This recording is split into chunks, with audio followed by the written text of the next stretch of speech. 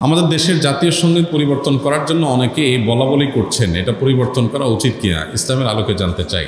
জাতীয় সঙ্গীত পরিবর্তন করার দাবি এবারই শুধু উঠছে তা নয়, এর আগেও বারবার উঠেছে। আপনারা জানেন কেন উঠেছে সেটা নিয়ে তর্ক আছে, বিতর্ক আছে। এটা উঠা উচিত কিনা বা এ সঙ্গীত থাকা উচিত কিনা, বা জাতীয় কোনো গীত, জাতীয় কোনো স্লোগান থাকা উচিত নাকি সেটা পরিবর্তন করা দরকার, সেটা নিয়ে আলোচনা হতে পারে।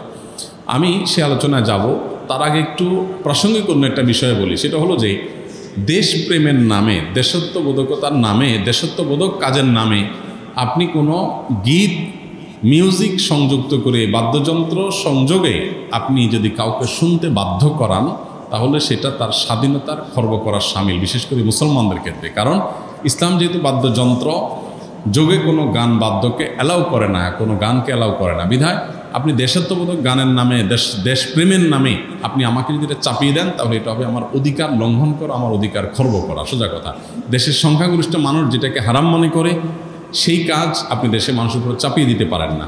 হ্যাঁ, দেশের একটা স্লোগান থাকলো, একটা গীত থাকলো, সেটার কথা বলার ভিতরে যদি আপত্তিকর কোনো কিছু না থাকে, সেটা ভিন্ন বিষয়, অবশ্যই সেটা গ্রহণযোগ্য হতে পারে।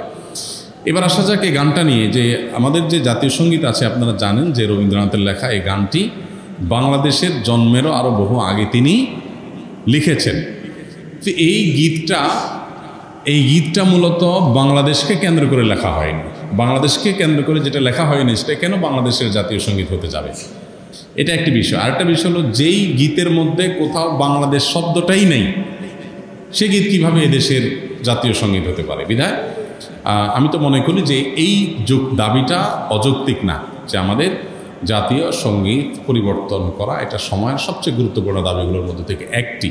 আরেকটা এখানে বিষয় হলো যে আপনারা জানেন যে হিন্দু ধর্মাবলম্বীরা তারা পূজনীয় বা দেবতা তুল্য এরকম কিছু মানুষ বা কোনো ব্যক্তি বা বস্তু থাকে, তাদেরকে তাদের দৃষ্টিতে তারা সেগুলোকে মা বলে সম্বোধন করে। ইসলাম আমাদেরকে এরকম কোনো ধারণা দেয় না।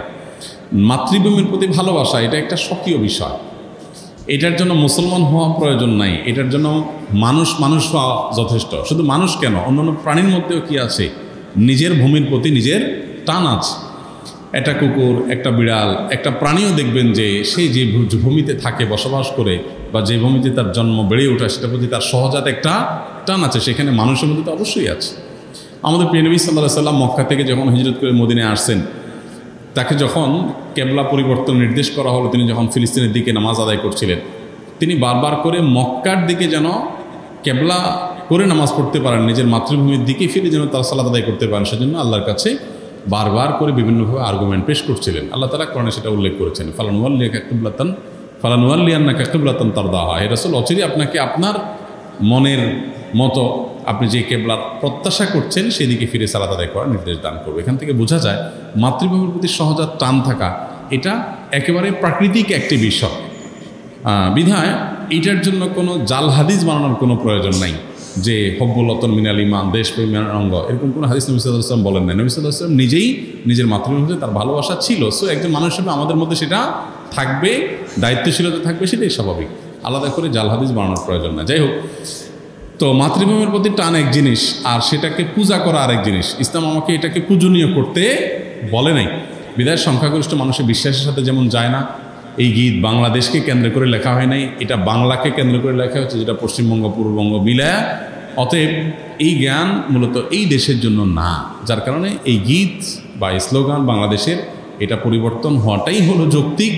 এটাকে যারা মনে করেন অপরিবর্তনীয় বা পরিবর্তনের দাবি তুললেই যারা মনে করেন যে বোধহয় সব গেল, তারা কি এটাকে কোরআন হাদিস মনে করেন নাকি, যে কোরআন হাদিস এটা পরিবর্তন করা যায় না, এটা তো পরিবর্তনযোগ্য। অতএব এটা পরিবর্তন করার দাবিটা আমি ব্যক্তিগতভাবে মনে করি যে অযৌক্তিক নয়।